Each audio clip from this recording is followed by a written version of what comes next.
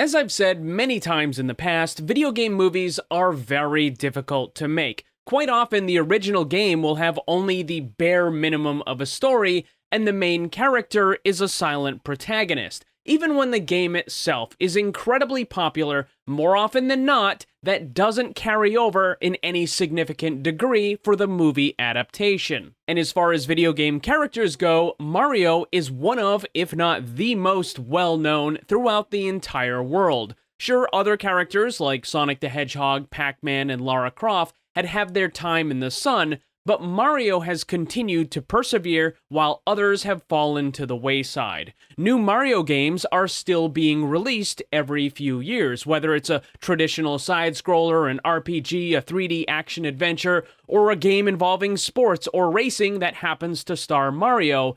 He has stood the test of time, while others have not. So if there was ever going to be a video game character that could end up with a good movie adaptation, it would be Mario. I remember seeing the first trailers for this movie, and I was incredibly excited. I have been playing Mario games for quite a few years, and I knew them all. Every secret, every level, I had beaten every single Mario game. And after several months of patiently waiting, the day finally arrived. I got to sit down and watch the Super Mario Bros. Movie. And it was easily one of the worst things I've ever seen. I mean, seriously, what the fuck is this?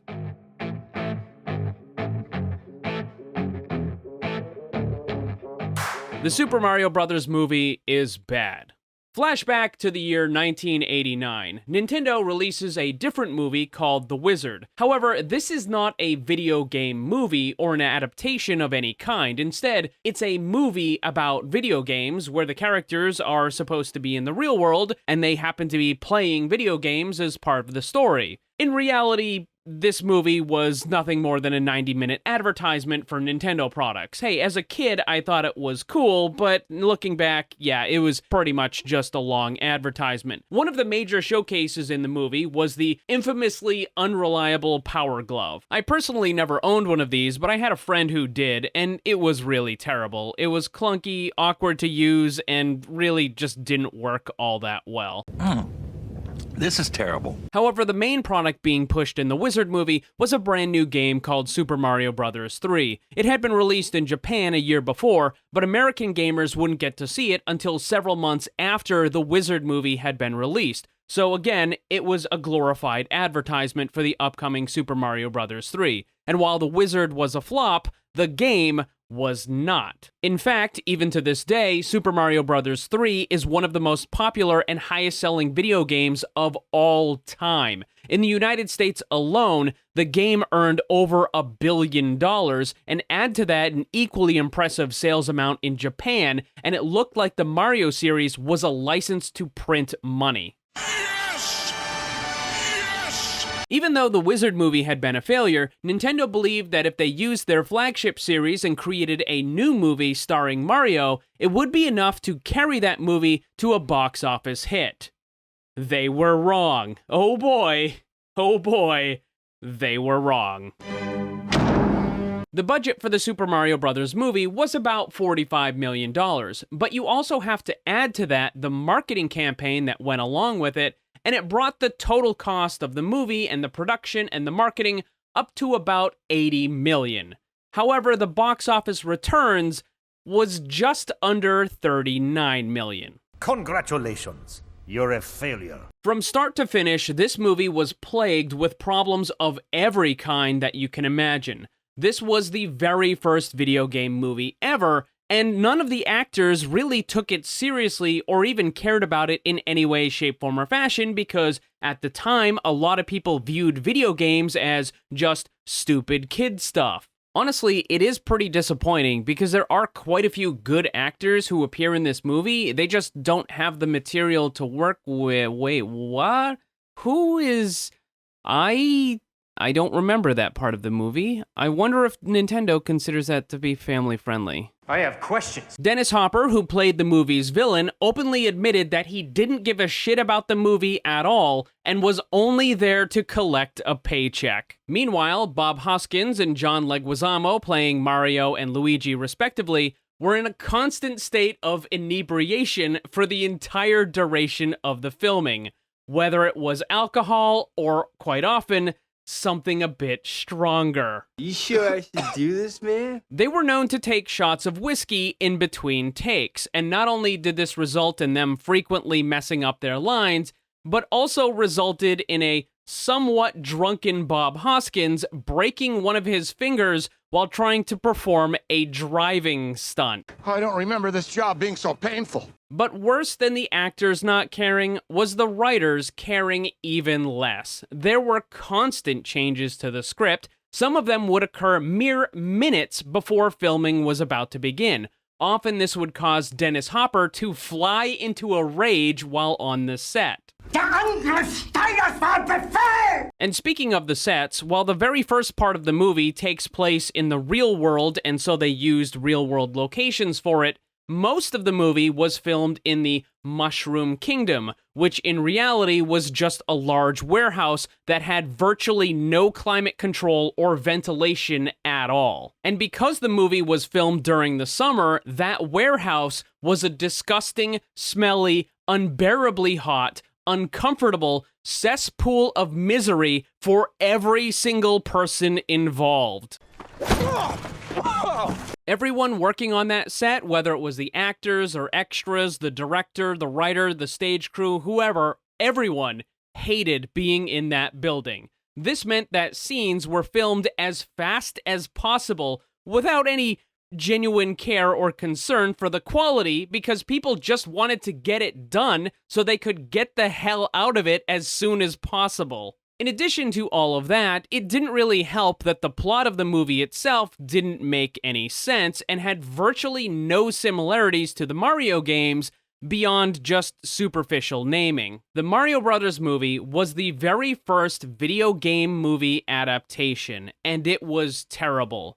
Worse than that, it set up the standard for 30 years of terrible video game movies. The movie starts with some animation, which even for the time was pretty awful. The average Saturday morning cartoon looked far better than the opening to this movie. A narrator explains that 65 million years ago there was a meteor that wiped out the dinosaurs, but it also managed to create a parallel world where the dinosaurs continued to live and become more intelligent, until eventually they were able to find a way back into our world. This introduction was obviously included because the writers felt that they needed to explain where the Mushroom Kingdom came from and how it existed in a parallel universe, but it seems completely unnecessary.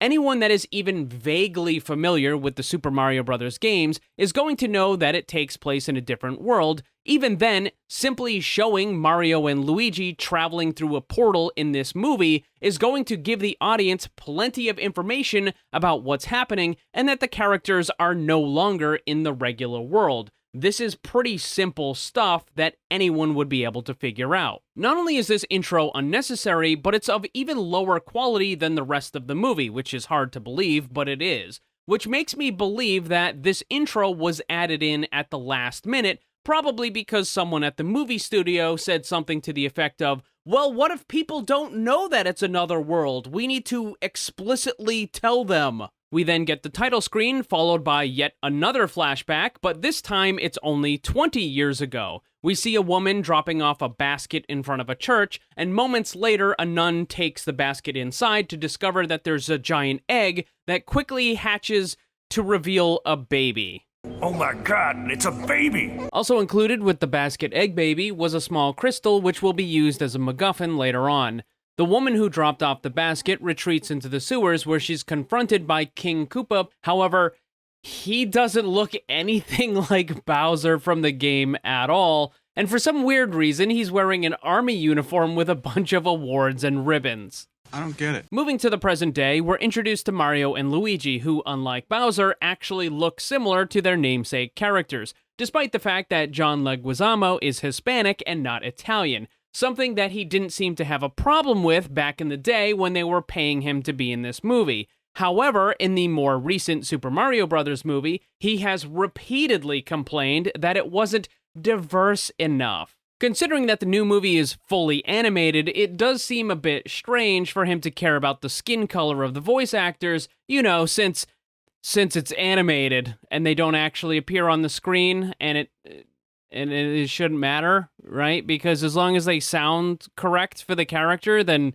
that's really all you're kind of going for, because they don't appear on screen. You are a fucking loser. And it's not like you can even make the argument that it's about representation, considering that more than half of the characters in the new movie aren't even human. I mean, what are they gonna do? Try to find a penguin or a turtle in order to voice these characters? Somehow I doubt the performance will go the way you want it to. Although now that I think about it, if they did actually want proper representation and have non-humans voicing non-human characters, then they could always head over to social media and dig up some woke weirdos who would probably come pretty close, since a lot of those freaks barely qualify as human to begin with. You have made a mockery of me. Regardless, we find out that the Mario brothers have fallen on hard times. They're struggling to find work and pay their bills, but luckily they get a call for a new job to fix a dishwasher at a restaurant. While Mario was on the phone, Luigi is watching TV, and the program is talking about some guy who would claim to travel to another universe.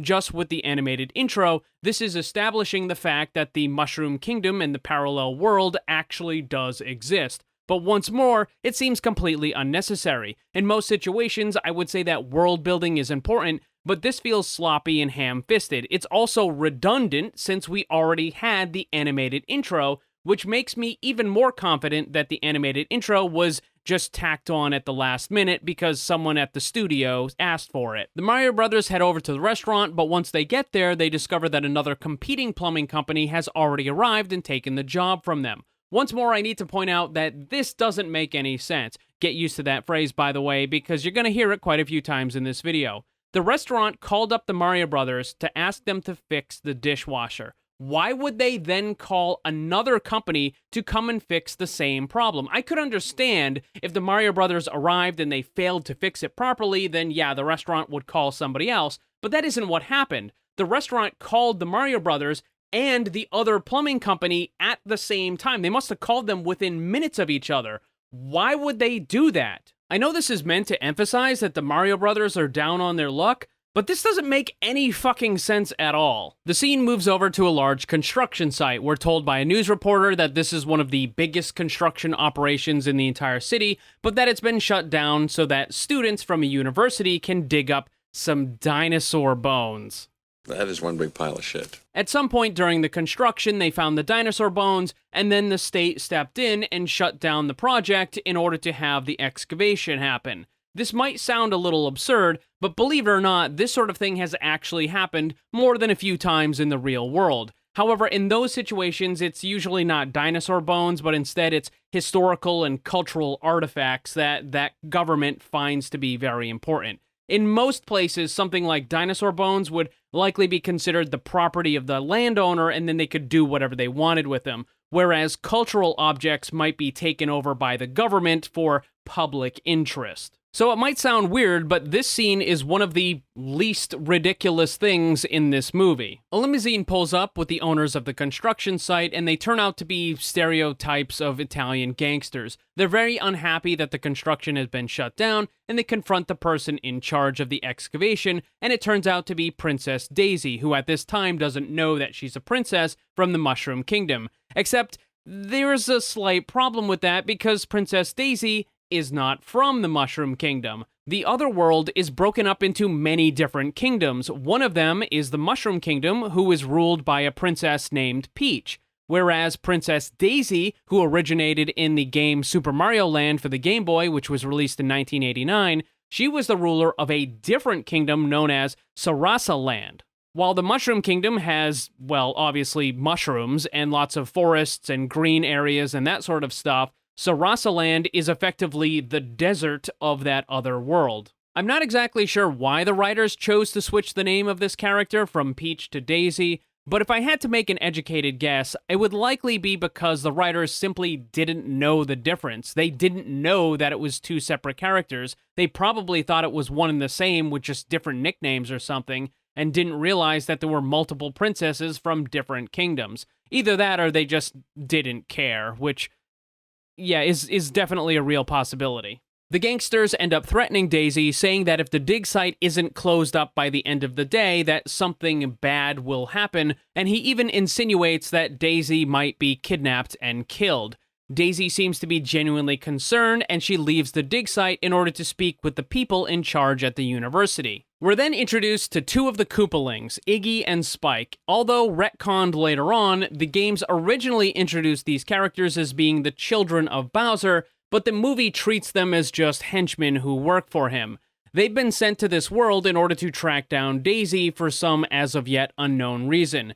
Iggy and Spike are essentially fulfilling the bumbling, incompetent henchman trope. They're incredibly stupid and manage to screw up almost every single time. They're supposed to be the comedic relief, but unfortunately, nothing that they do is actually funny. They start following Daisy and make a few attempts to grab her, but of course they fail each time. Meanwhile, the Mario Brothers truck has broken down, so they pull off to the side of the road in order to refill the radiator with water. Luigi is on a payphone checking for any more work when Daisy strolls up to him. He quickly ends his call and gives her the phone. Apparently, she decided not to go to the university and instead is just going to call them. At this point in the early 90s, the only people that had cell phones were rich bankers and celebrities, but I find it hard to believe that there wasn't another payphone available at the dig site. Daisy had to walk the distance of several blocks in order to find this payphone, which seems kinda strange, since payphones were all over the place in large cities.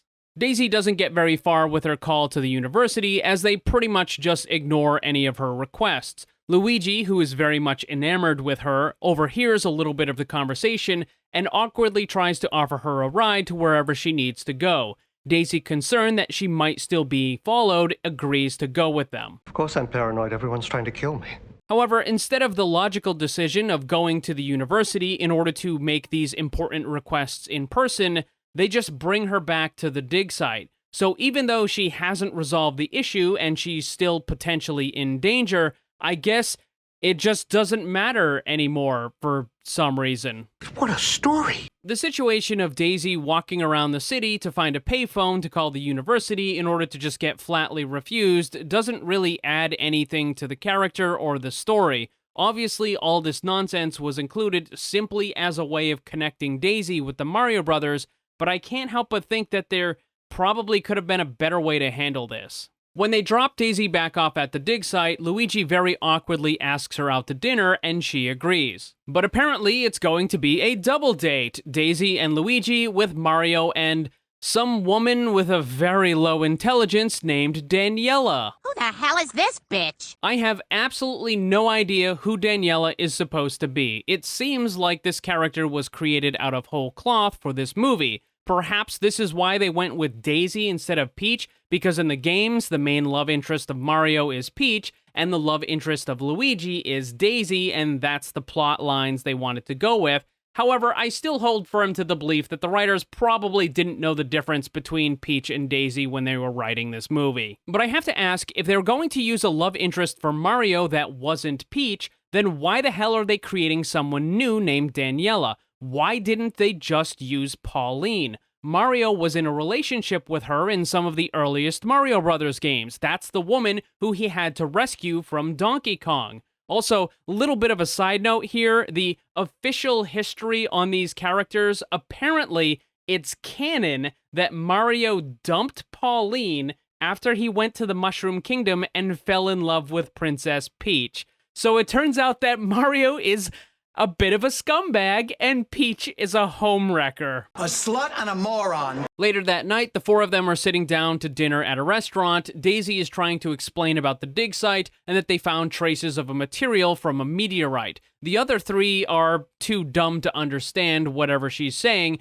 and Daniela tells Daisy that she should come by to the hair salon and Daniela will hook her up with a free tanning bed. I can't say for certain where this dialogue came from, but I'm fairly certain it was written on the back of a napkin. Best season ever! But then it gets even weirder because Daniela reaches across the table and gently grabs onto the necklace with the crystal that's around Daisy's neck, and she feels the need to point out that if Daisy went into the tanning bed that she would have to take the necklace off first. Like, no shit, Sherlock. What are you talking about? But then Daisy replies that she can't do that because she never takes the crystal off. Like the earlier scene with the basket egg baby, this is intended to establish some importance about the crystal, but it's done in the dumbest, laziest, and downright strangest way possible.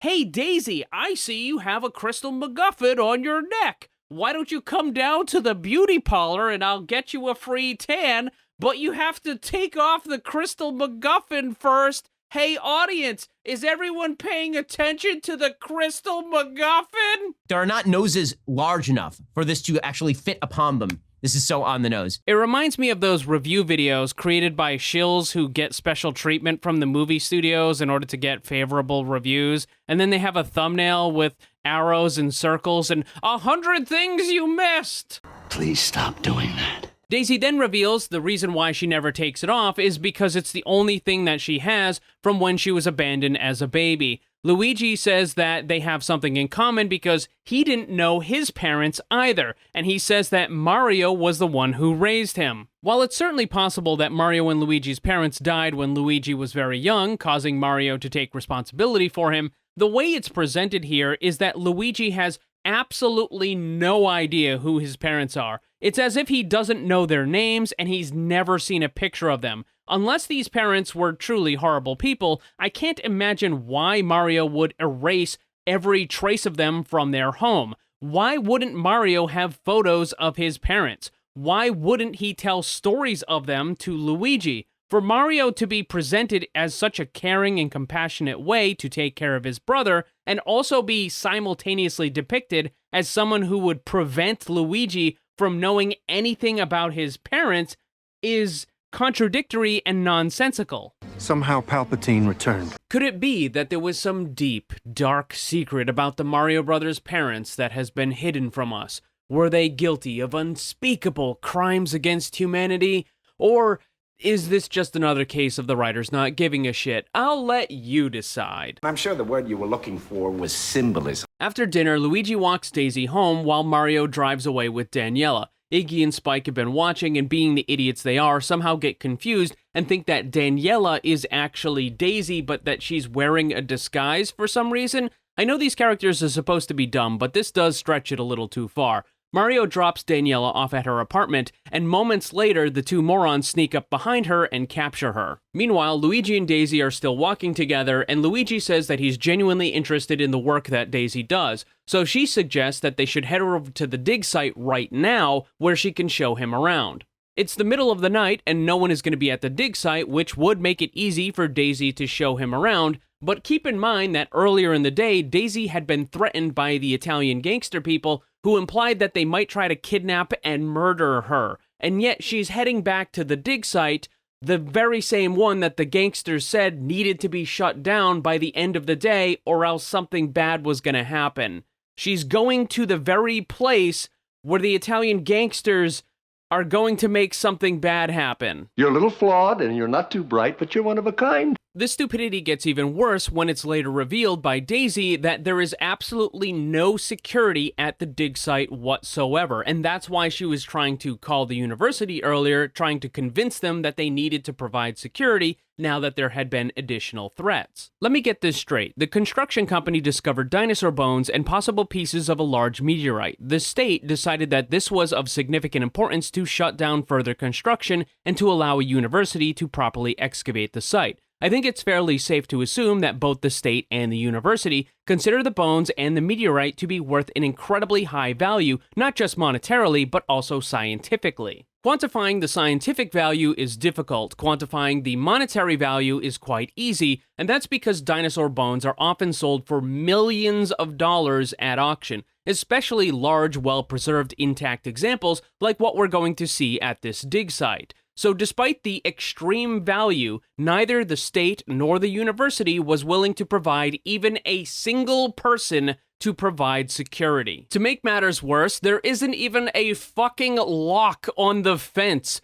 meaning anyone could wander onto the dig site whenever they wanted and take millions of dollars of historical artifacts. How dumb are you? Daisy is showing some dinosaur bones to Luigi, and they're about to have an emotional love connection moment, but it's interrupted by a sudden burst of water from a nearby room. Two men, who Luigi immediately identify as being the Italian gangster guys, run out of the dig site. I can't help but perhaps feel that if someone had been assigned as security, that maybe these guys might not have been able to get onto the dig site as easily as they have. A very thorough investigation that has found no evidence of foul play. They find that a large water pipe has been sabotaged and is now pumping hundreds of gallons of water into the room. This is going to flood most of the dig site and cause a significant amount of damage. Daisy asks Luigi if he can fix the problem since, he's a plumber. He says yes, but he needs to go and get Mario first. Mere seconds later, in the next scene, the two arrive at the Mario Brothers apartment where Mario grabs his equipment, gives a really stupid line of dialogue,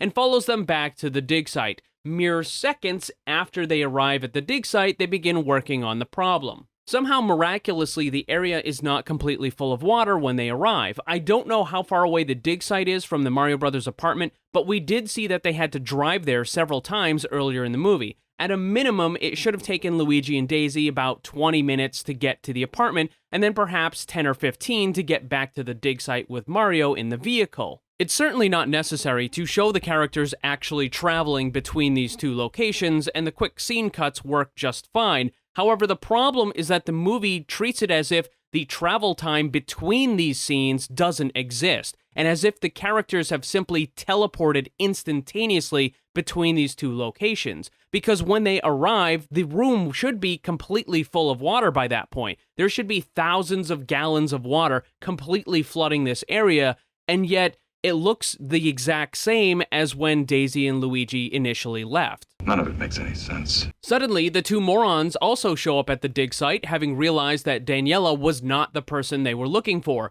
We don't know what happened with her. Maybe they just got rid of her or let her go or something. But somehow these two morons realized that they grabbed the wrong person, and now they're here at the dig site to capture Daisy. But I have to ask, how is it that they know that she would be here? Why would they even think to look for her here in the middle of the night? How is it that these two morons can be portrayed as outrageously, breathtakingly stupid, while also at the same time somehow possessing the detective skills on par with Batman and Sherlock Holmes combined?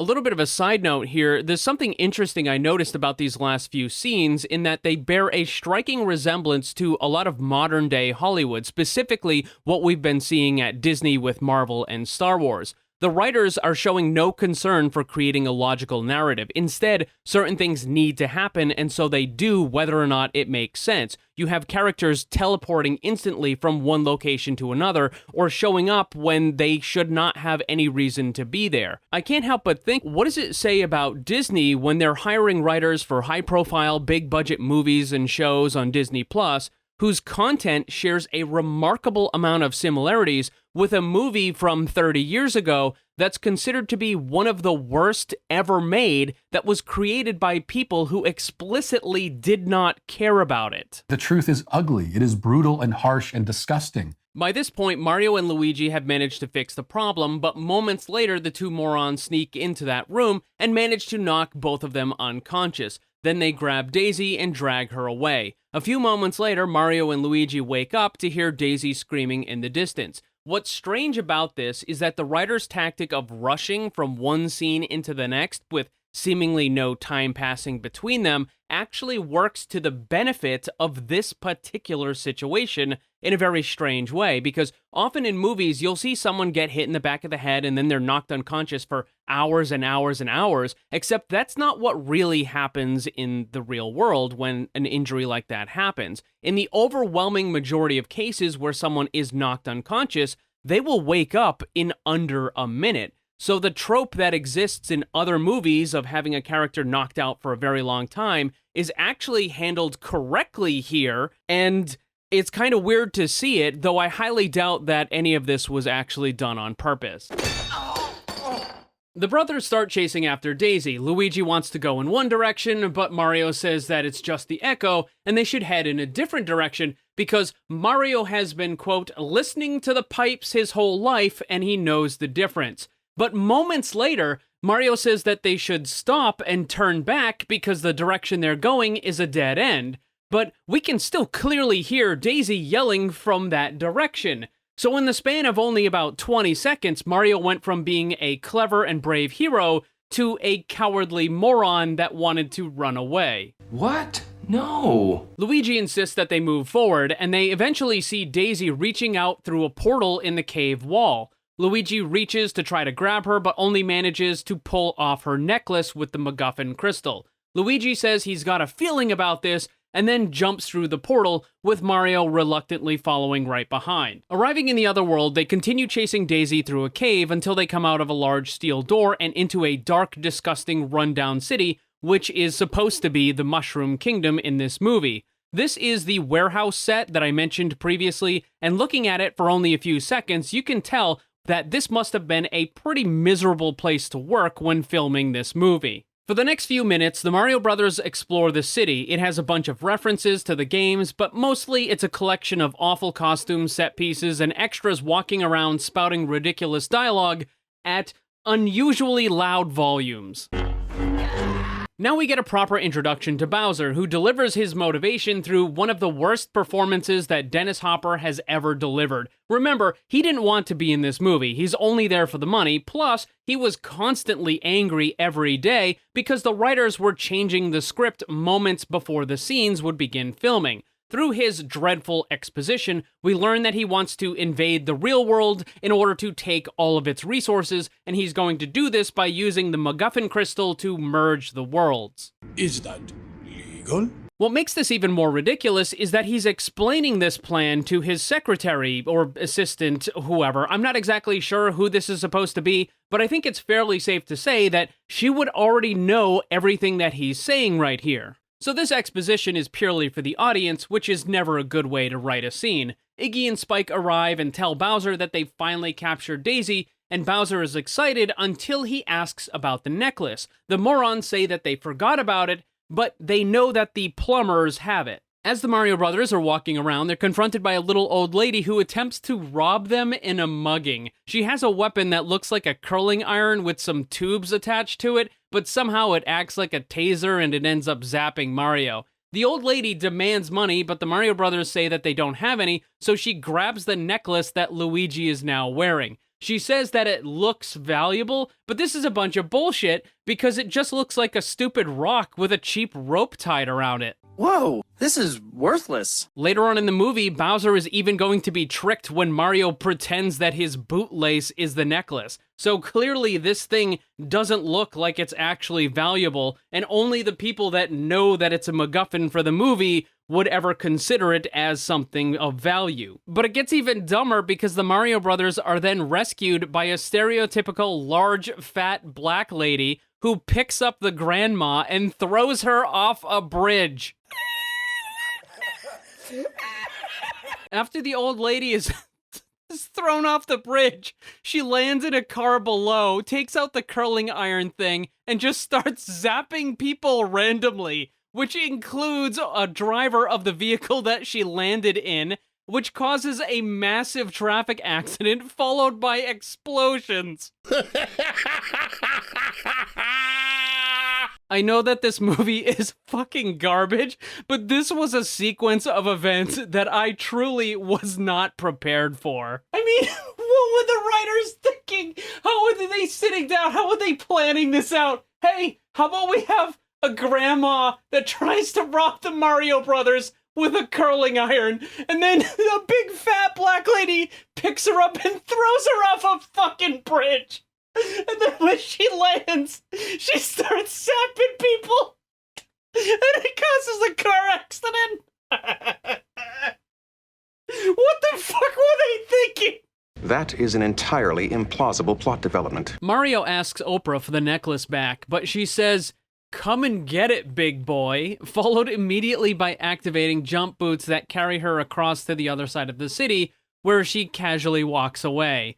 I have to say that the look on her face while she's doing this is priceless. Could someone please just tell me, What the fuck is going on here? Now we're introduced to the character of Toad, who I must admit does look a little bit different from how he appears in the game, but don't worry, it gets worse. He starts singing a song about how Bowser is evil, and about 5 seconds later, a cop car pulls up to arrest him for the crime of saying bad things about Bowser, which I have to say is easily one of the most unrealistic things in this movie. Because have you ever seen the response time of the police in a corrupt city like Chicago or San Francisco? There is no way they would have arrived that fast. The body count keeps rising.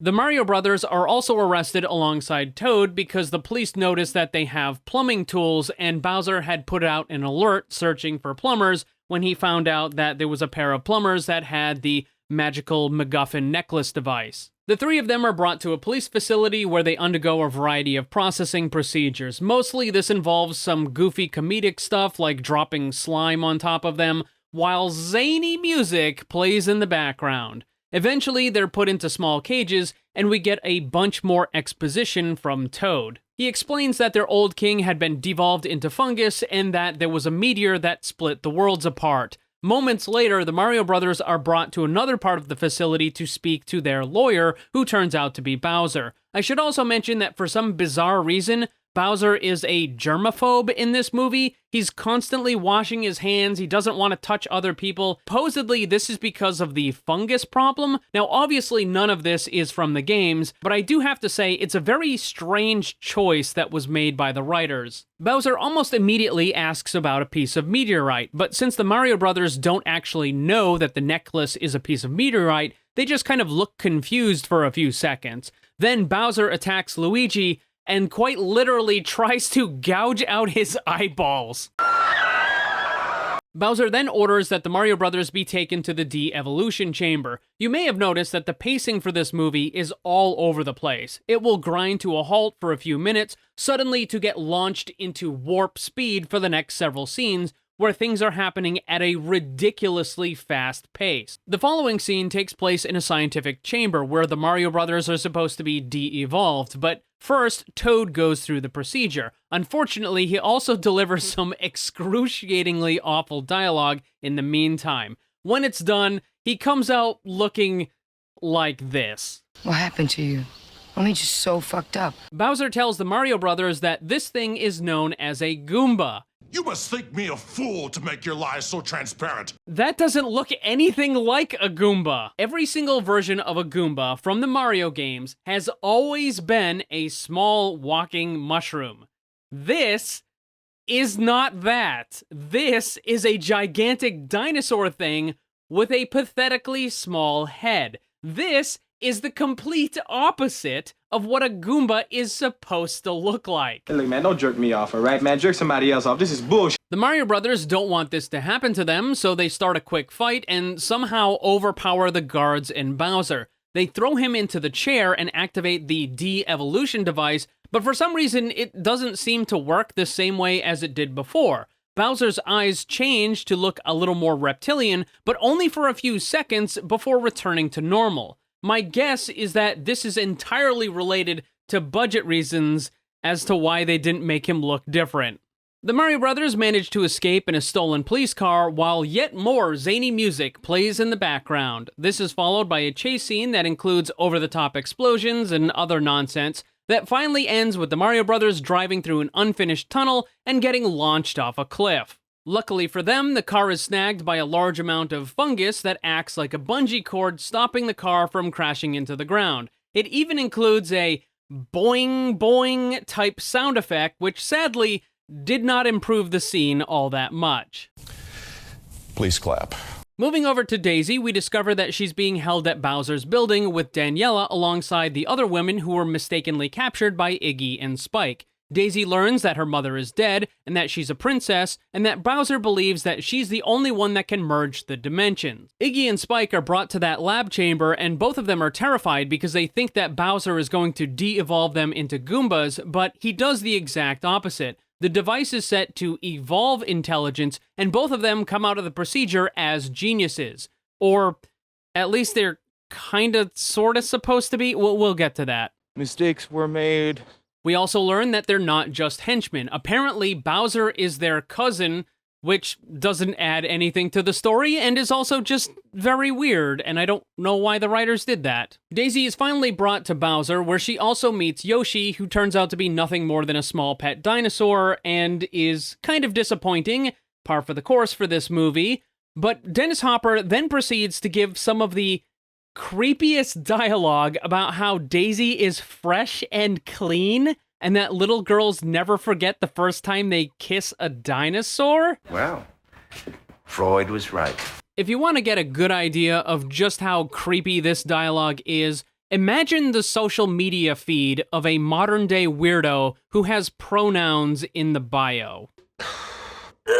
Regardless, you remember how about 3 minutes ago Iggy and Spike were given a super high genius intellect? Well, I'm glad that you remember because apparently the writers forgot. The Mario Brothers are outside the city wandering through the desert, and these two idiots manage to find them. However, despite speaking as if they're incredibly intelligent, both Iggy and Spike are still very much morons in behavior. The two of them had used a small vehicle to travel out into the desert, but after they spot the Mario Brothers, they get into the vehicle, and then I guess they just forgot how it works, because as they're trying to control it, they end up just spinning in circles until they fall off a cliff and then land in a giant mud pit. Interesting. I feel like there must have been more to this scene, but part of it got cut for whatever reason. Also, are these two supposed to be super intelligent now because they went through the machine, or are they back to being morons? I mean, what is going on here? I don't know what's happening with these characters, and I don't think the writers ever knew either. The Mario Brothers discover these two morons, and then the following scene shows that they've already been pulled out of the mud pit and they've been tied up.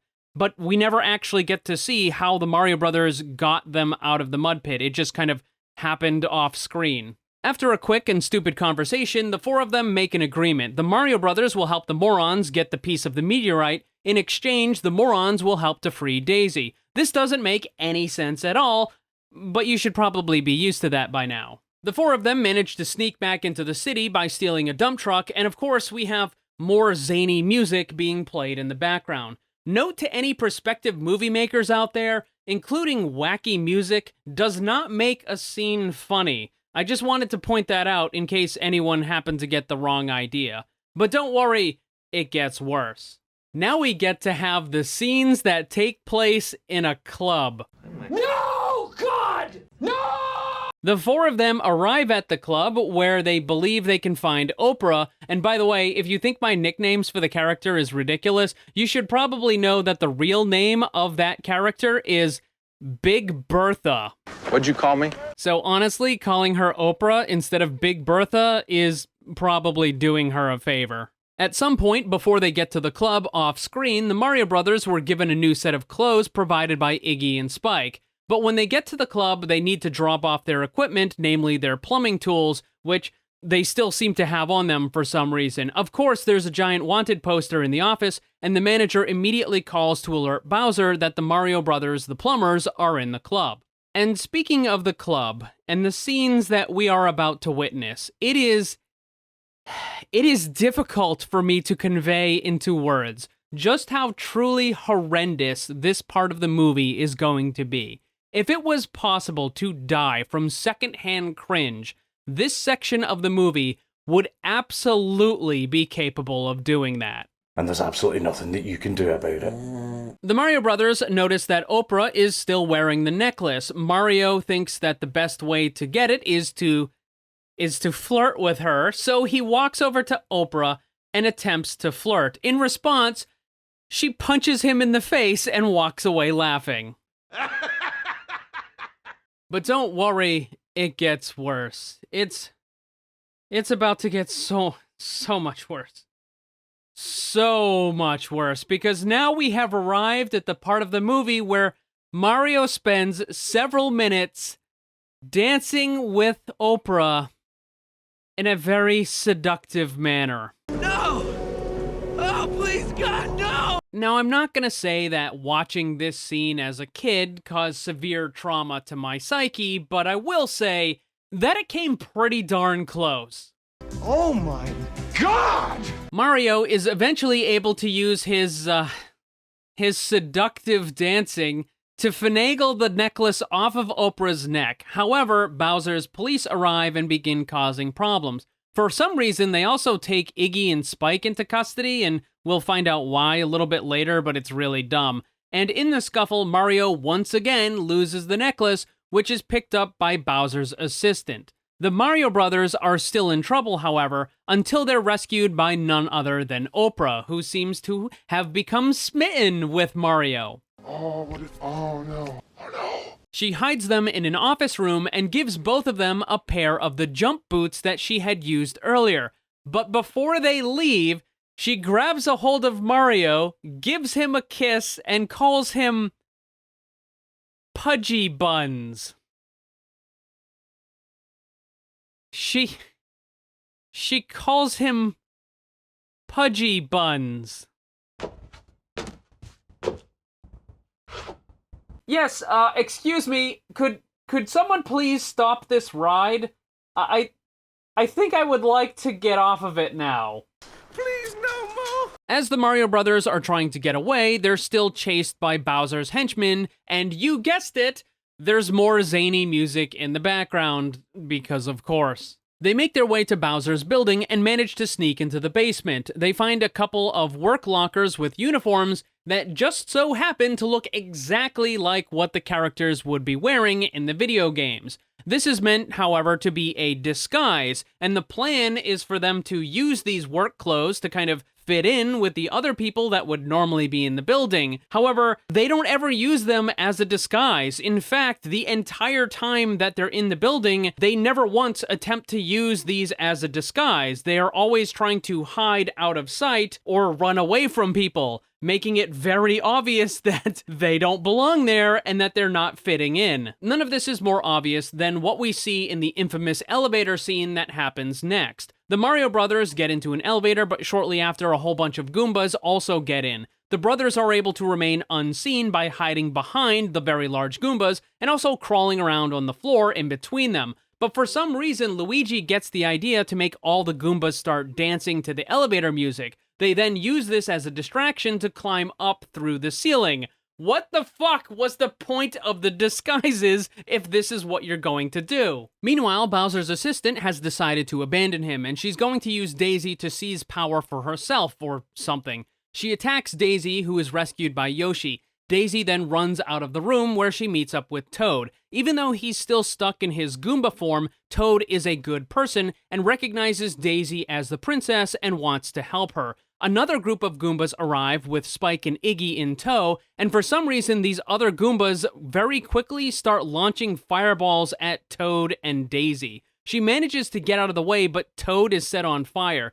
Daisy goes around the corner and grabs a fire extinguisher off the wall, and then returns to put out the fire that's burning Toad's jacket. All of that are actual things that happen in this movie. They just kind of leave Toad to fend for himself, but Iggy and Spike now reveal that they have always been loyal supporters of Daisy's father, which doesn't make any fucking sense at all. None of the actions that they took during the beginning of the movie coincides with that in any way. This is very obviously one of those significant daily rewrites that was happening to the script. The writers probably had no idea what to do with these characters, so they turned them into secret loyal agents. And it's going to get even dumber in about a minute. Logic is an integral part of narrative structure. Because these two morons bring Daisy to a throne room where there's a giant ball of fungus. They reveal to her that this is Daisy's father and that he was the first victim of the de-evolution chamber.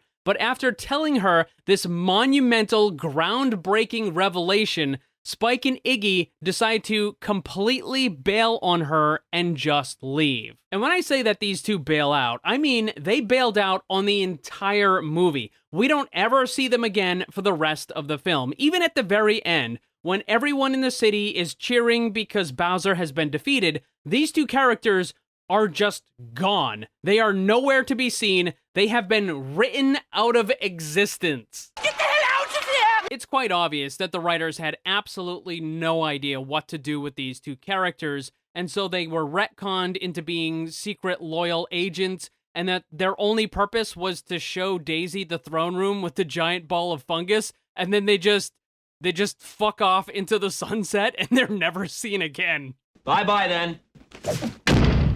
The Mario brothers spend a few minutes fumbling through the building until eventually they're reunited with Daisy. She tells Mario that Daniela is in the building as well, and he runs off to go find her. Moments later, Bowser arrives with a bunch of Goombas and captures Luigi and Daisy. He also manages to capture his former assistant and recover the necklace. Mario finds the room where Daniela is being held and very easily rescues her and the other women. When the Mario brothers first entered the building, they messed with the heating system and caused all of the pipes in the building to begin to freeze over. So Mario's plan for escaping with all these women is to put a mattress in one of these giant frozen pipes and slide down it like a bobsled. I would like to think that this is inspiration for the penguin races in Super Mario 64, but I somehow doubt that Nintendo would ever own up to that. How embarrassing. In something that I could only refer to as an extreme example of plot convenience, Mario and the girls come flying out of the pipe into the center of the city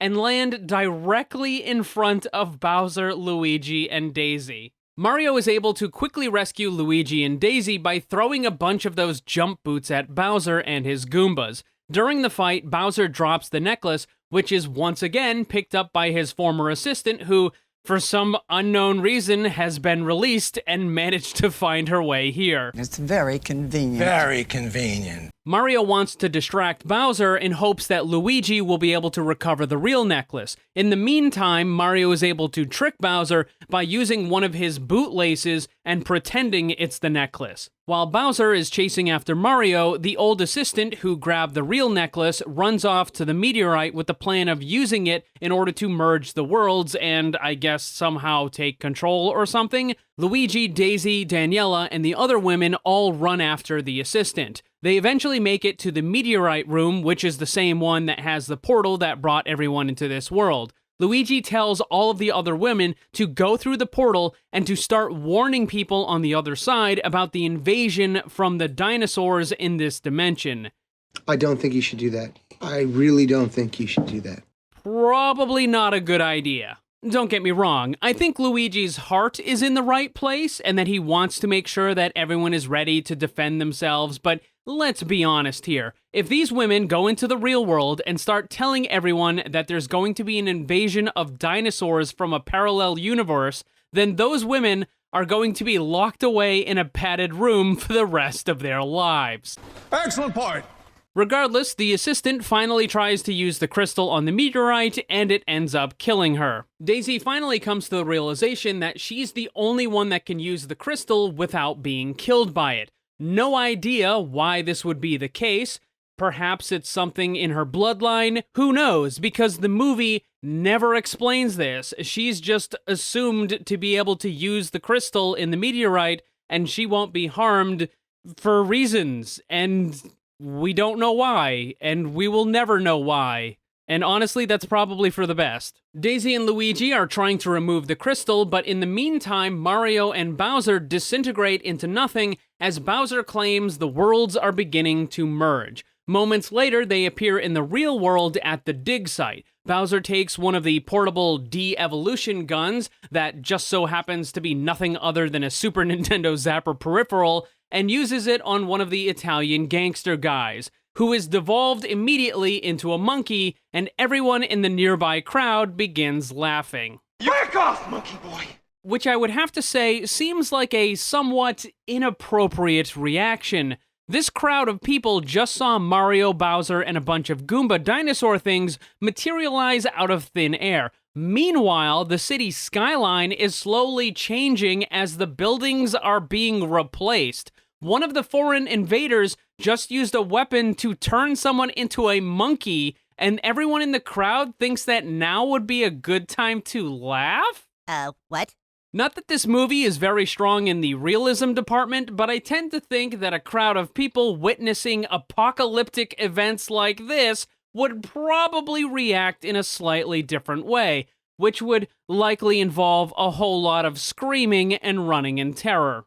Regardless, Luigi and Daisy are able to remove the crystal, which causes Mario, Bowser, and the three Goombas to return to the other world. Now, I'm not sure why only these 5 individuals were teleported into the real world when it began to merge, you know, instead of the millions of other people who live in the Mushroom Kingdom city, but it certainly does seem to be very convenient to the plot. And speaking of things that are very convenient, Luigi and Daisy run back into the city where they're met with Toad, who gives them a couple of those Nintendo Zapper things. And Oprah also arrives to give Luigi another pair of jump boots. Mario and Luigi use the Zappers to turn Bowser back into some kind of dinosaur-looking thing, and a bomb detonates underneath Bowser, launching him into the air. They continue hitting Bowser with the Zappers until eventually he's converted into a puddle of green slime. Luigi grabs onto Mario and uses the jump boots to start flying through the air. They're not even jumping with this, they are actually flying with these jump boots. Both Luigi and Mario start waving to the crowd like British royalty, while the people below cheer and celebrate. All of this is accompanied by what I can only describe as circus music. Are you not entertained? While everyone is celebrating, it moves over to the throne room where the big ball of fungus quickly morphs back into a human-looking version of the king, which makes absolutely no fucking sense whatsoever. Why would he suddenly turn back into his normal form with the defeat of Bowser? How is it that the death of Bowser could possibly cause any of this to happen?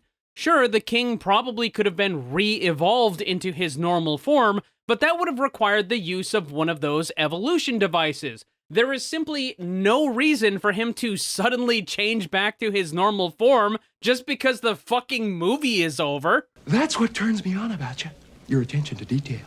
But don't worry, it gets worse. Mario, Luigi, and Daisy head back to the Meteor Chamber room, where Daisy uses the crystal to reactivate the portal. Luigi says that he's ready to go, but Daisy says that she can't leave because she needs to reunite with her father and to set things right in the Mushroom Kingdom.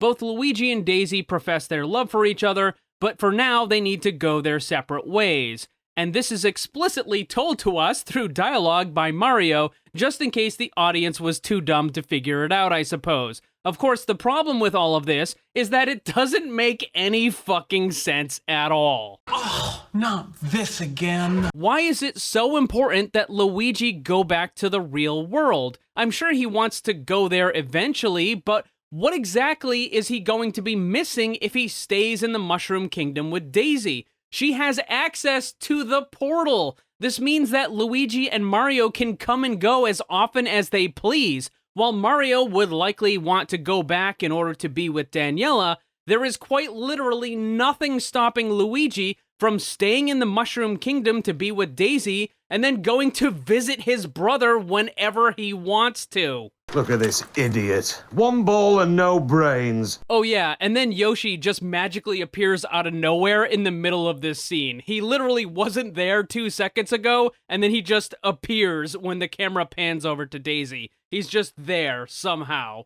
It's very obvious that they just forgot to include Yoshi in the first part of this scene. But then, according to some on-screen text, the following scene takes place 3 weeks later. The Mario brothers are in their apartment watching a news broadcast that's talking about the events that we just witnessed and the defeat of Bowser. The news broadcaster says that the Mario brothers were able to save the world from a parallel dimension, and that, in his opinion, they're the Super Mario Brothers. He said it! He said it! Once again, I have to point out, this doesn't make any sense. All of this is happening 3 weeks after the defeat of Bowser, and yet the news broadcast is occurring from the dinosaur dig site with the same crowd of people right behind the news guy. This would have had to have been filmed immediately following the defeat of Bowser, so why is it only now being broadcast for the first time 3 weeks later? It is a tale told by an idiot. Suddenly, there's a knock on the door. It turns out to be Daisy, who says that she needs their help back in the Mushroom Kingdom and that, quote, "You guys are not gonna believe this," end quote. Oh, everything in this movie is awful. The writing, the acting, the special effects, the set pieces. It is without a doubt one of the worst movies ever made, and turned the concept of a video game adaptation into a joke for the next several decades to come. And yet, these motherfuckers had the audacity to sequel bait this garbage. Also, the new animated movie was just released, but I haven't seen it, so I don't know if it's any good. Although, funny enough, it does share the exact same name as the old movie that I just reviewed. But, now that I think about it, I wonder if people clicking on this video were going to expect that I was actually reviewing the new one and not the old one. Ah, well, I'm sure it'll be fine. I'm taking shots at the enemy. I'm gonna make it to the top, leave a legacy. If I got something to say, you better let me speak. Turn it up a new degree, bitch, you ain't seen anything. I pop off with the new rock, electronic, blow the sonic roof up. I'm too honest when I take a few shots. They're too toxic, need to take the noose off. And you cannot save me, 'cause I don't need saving.